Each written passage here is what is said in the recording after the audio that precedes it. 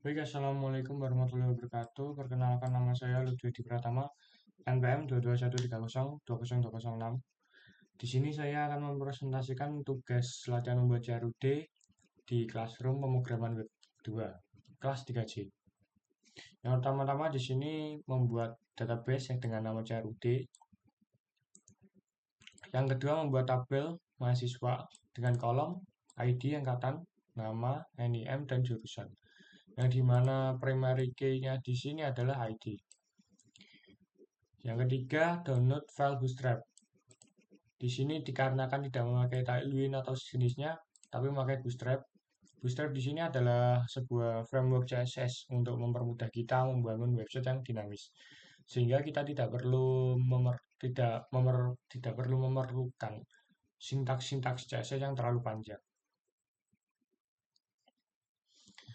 Yang keempat di sini adalah karena saya menggunakan XMPP, maka jika ingin project yang berjalan itu harus nama project atau foldernya itu ditaruh di dalam folder htdocs di sini.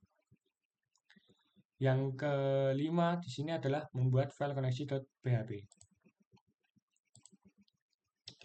Di sini ada terdiri dari variabel, koneksi, dan logic if. Yang pertama-tama kita membuat variabel yang bernama dbhost, dbuser, dbpass, dan dbname. Di sini memiliki tugas dan fungsinya yang berbeda. Di mana dbhost di sini adalah nama server MySQL. Ini berlaku default SQL-nya yaitu localhost. Yang kedua adalah dbuser, yaitu username. Username default MySQL itu adalah root. Jika kita tidak merubah username MySQL kita. Yang ketiga yaitu variabel dbpass, dbpassword. Jika kita menggunakan XMPP secara default, maka kita tidak akan menggunakan password atau tidak ada passwordnya. Maka dari itu kita bisa mengosongi pada bagian ini. Yang keempat ini adalah dbname, yaitu db nama database kita. Di sini saya menamai tugas web dikarenakan saya membuat database-nya yaitu namanya tugas underscore web. Berikutnya ini adalah variabel koneksi. Di sini kenapa kita harus membuat variabel baru untuk menggabungkan MySQL kita? Dikarenakan agar kita tidak panjang-panjang menuliskan sintaks new spasi MySQLi dan lain-lain.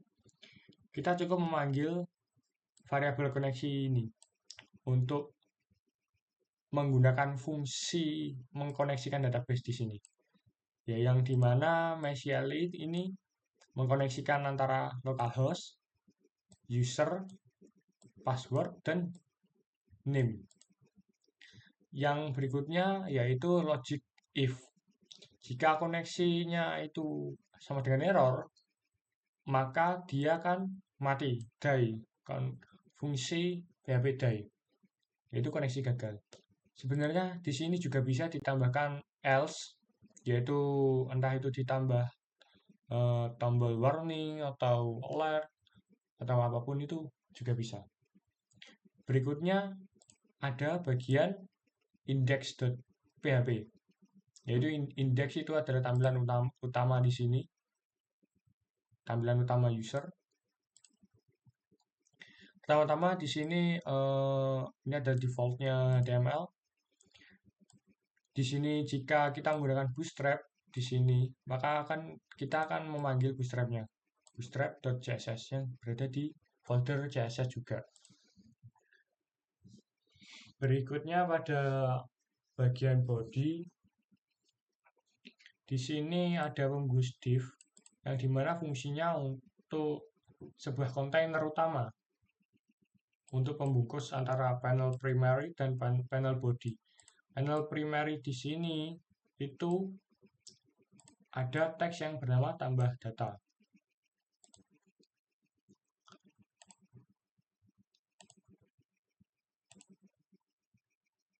Dan ini adalah bootstrap untuk panel primary-nya, yaitu alert warning sama button danger. Button danger di sini dimaksudkan untuk button yang berwarna merah.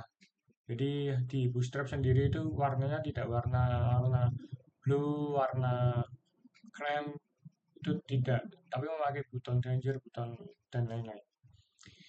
Berikutnya ini adalah panel body, yang dimana panel body nanti diisi tabel data yang bisa di CRUD kan. Yang pertama kita membuat syntax table. Syntax table terdiri dari table head atau table header. Table header sendiri terdiri dari table row. Table row itu adalah table baris. Ini ada ID, angkatan, nama, NIP, jurusan, dan aksi. ID, angkatan, nama, NIP, jurusan, dan aksi. Berikutnya di sini adalah table body. Table body di sini adalah pada bagian ini. Isinya database atau isi dari sebuah data tersebut. Jika kita menggunakan PHP, maka kita akan mengikutkan sebuah tabel di sini ke dalam sintaks PHP dulu. Dikarenakan nanti akan ada fungsi perulangan, fungsi while, untuk memperbarui data secara terus-menerus di database ke tabelnya. Kenapa pakai while? Karena while itu adalah perulangan. Jika kita ada mengupdate data, mendelete data, create data, itu akan otomatis terbaca atau ditampilkan ke dalam sebuah tabel yang ada di front end tersebut. Berikutnya ini ada syntax include, fungsi include di sini untuk memanggil file koneksi.php. Koneksi.php di sini dipanggil untuk memfungsikan atau menggunakan fungsi agar koneksi ini, variabel koneksi di sini itu bisa terpanggil di index.php. Makanya kita butuh fungsi include nama file koneksi.php di sini.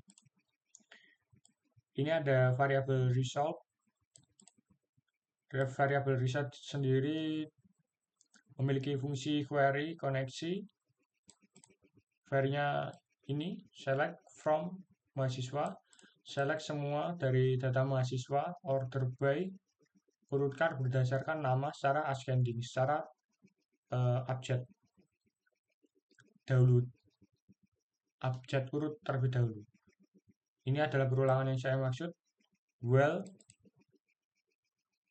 variabel data sama dengan MySQL fetch a source result, yang dimana ini akan menampilkan perulangan terus-menerus karena variabel result ini mengambil database dari sini. Maka ini akan diambil secara terus-menerus, secara berulang untuk menampilkan hasilnya di bagian front end. Berikutnya ini adalah table row class. Di sini ada teks PHP dikarenakan ini akan memanggil sesuai dengan nama tabel tersebut. Echo row ID, angkatan, nama, NIM, dan jurusan. Agar di sini urut sesuai tabel header tersebut.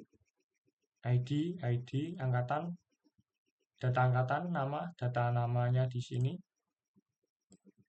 Jadi ini adalah urutan untuk memanggilnya. Yang berikutnya adalah tombol edit. Tombol edit di sini yang saya maksud itu adalah yang berada pada kolom aksi. Kolom aksi sendiri ada di table head, table row di table head. Href data edit ini akan mengambil data edit.php karena jika kita klik tombol edit maka kita akan beralih ke halaman data edit.php di sini. Sama dengan ID sama dengan itu untuk memanggil berdasarkan ID. Misal di sini ID-nya sudah nomor 2, maka kita akan jika kita klik edit di sini, maka akan yang datanya akan muncul yaitu secara by ID, yaitu ID nomor 2 isinya ini.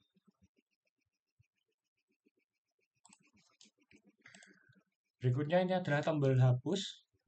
Di sini memakai JavaScript, data ID, PHP echo row. Jika kita menombol data hapus di sini, itu akan terbaca by ID-nya yang dihapus. Jadi kenapa kita memakai ID sebagai primary key? Karena biar kita bisa dengan mudah entah itu mengedit, mengcreate, mengupdate, mendelete berdasarkan ID tersebut. Karena di sini adalah ID auto increment yang bernama yang berarti ID-nya terus bertambah setiap data yang baru. Di sini ada tag penutup PHP yang tadi. Berikutnya ini ada modal konfirmasi.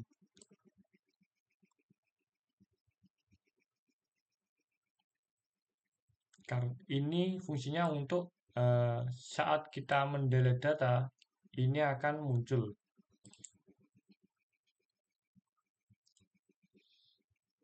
Yang berikutnya ini juga akan muncul. Misal sudah dihapus. Apakah Anda ingin menghapus data ini? Di sini adalah fungsi bootstrap yaitu warning alert. Berikutnya ini ada footer JavaScript. Ini adalah JavaScript jQuery-nya yang dimana dari bootstrap juga gabus.js, index.js.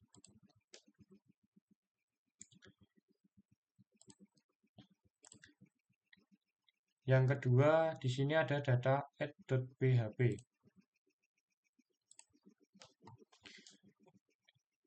Halaman ini bisa diakses dengan cara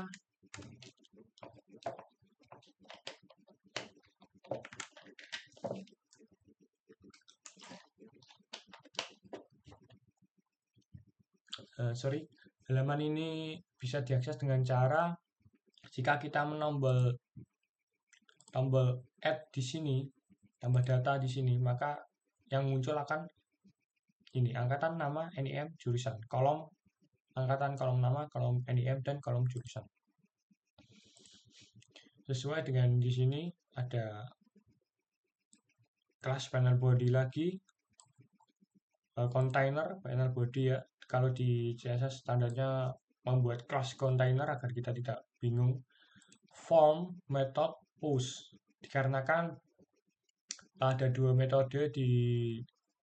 atau lebih metode di sebuah PHP, get, post, dan lain-lain. Di sini kita menggunakan metode post, actionnya yaitu data add underscore s di sini. Di sini adalah bagian-bagian label tadi, submit button, submit class button primary di sini. Action data add underscore s di sini. Jika kita mengklik atau mengklik button simpan di sini, maka yang akan terjadi adalah button tersebut akan memproses sebuah tambah data yang dimana kita juga menambahkan include koneksi.php. Ini adalah nama variabel, angkatan nama, NIM, dan jurusan. Dengan ini metodenya post. Kita sesuaikan dengan metode form yang ada di tampilan di sini. Yaitu metodenya post. Kita juga akan menerima variabelnya post. Angkatan nama, NIM, dan jurusan ini berdasarkan apa? Berdasarkan ID di labelnya atau di inputannya. angkatan, nama, NIM, jurusan. Lalu ini akan melakukan logik lagi, yaitu jika angkatan kosong, nama kosong, NIM kosong, jurusan kosong, maka yang akan tampil adalah alert JavaScript. Masih ada data yang kosong. Maka kita akan diarahkan lagi ke data add.php. Maka kita akan diarahkan ke data sini lagi. Jika tidak, maka akan menjalankan jika tidak kosong atau alias form dari ini terisi, maka apa yang terjadi? Data tersebut akan diinputkan ke dalam database terlebih dahulu. Kita membuat nama variabel SQL yang dimana query-nya adalah insert into, menambahkan data di tabel mahasiswa, values-nya. Yang pertama 0, dikarenakan ID kita memakai primary key dan auto increment. Auto increment sendiri itu ID-nya akan bertambah sesuai dengan data yang ada. Walaupun itu di delete, data tersebut akan meregenerate secara terus-menerus nomornya. Ya, ini jika dibiarkan 0 dikarenakan ini ada kondisi dari ID auto increment. Yang kedua angkatan, nama, NIM, dan jurusan. Ini merupakan variabel di sini. Yang variabel di sini ambil dari data form di sini. Jika koneksi query SQL sama dengan false, jika gagal menginsert data, tampilkan pesan di bawah. Untuk trigger perintah SQL di sini. Koneksi error, user error. Jika berhasil, akan langsung memunculkan alert berhasil disimpan. Langsung dikembalikan values-nya document.location.href itu di index PHP. Jadi jika kita menambahkan data di sini secara selesai, maka kita akan dikembalikan ke halaman index.php. Ini contohnya warning alertnya. Kita akan ditampilkan di halaman index.php di sini.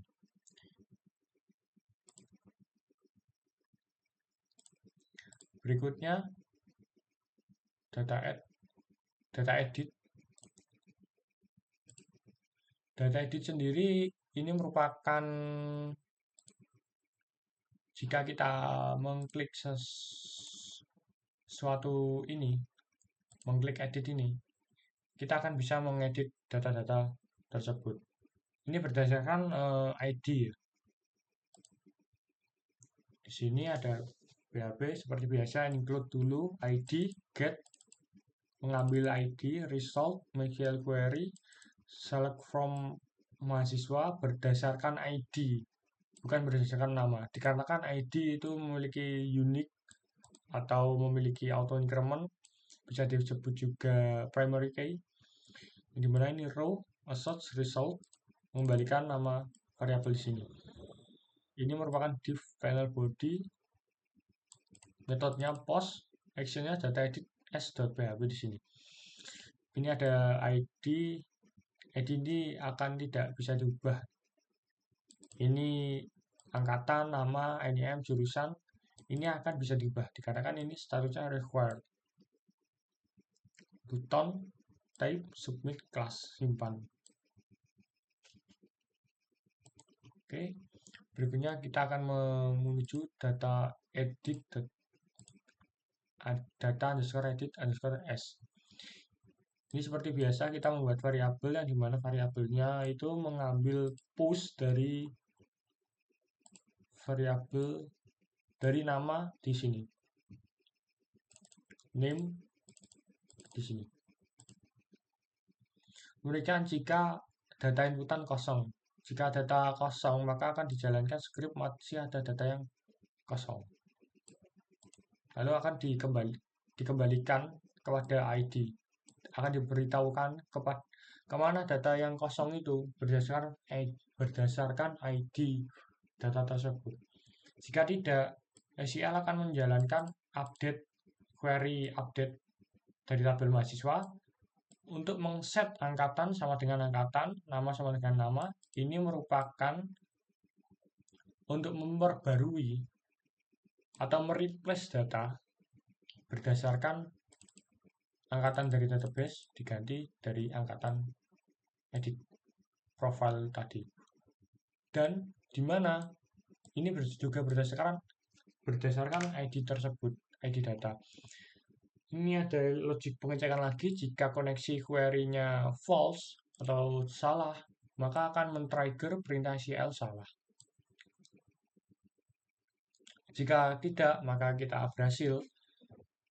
Kita akan melakukan alert dokumen berhasil disimpan. Sebagai contoh di sini kita akan mengedit nama Fatur Rozi menjadi di sini. Kita akan menyimpan. Nah, ini adalah alertnya dari JavaScript. Maka variabel nama faktor tersebut akan berubah menjadi tree berdasarkan ID di sini.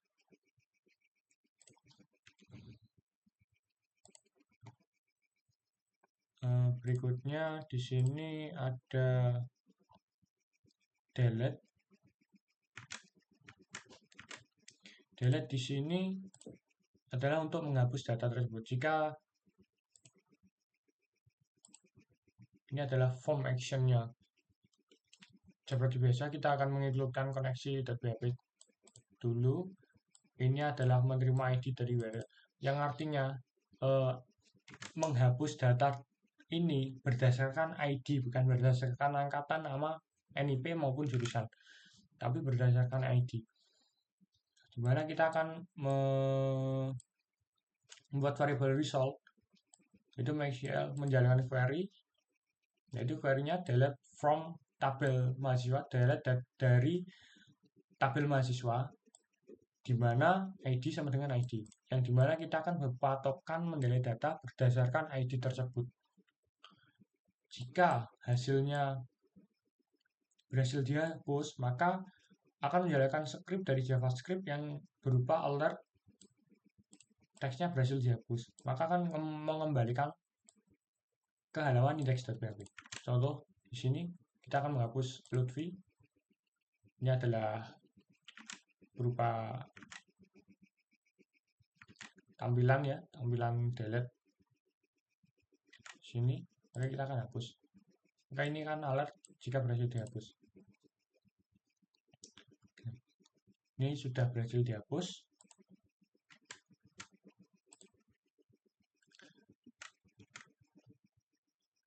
Lalu sudah sampai di sini saja presentasi saya. Jika ada salah kata, salah penyebutan sintaks, saya mohon maaf sebesar-besarnya. Assalamualaikum warahmatullahi wabarakatuh. Terima kasih.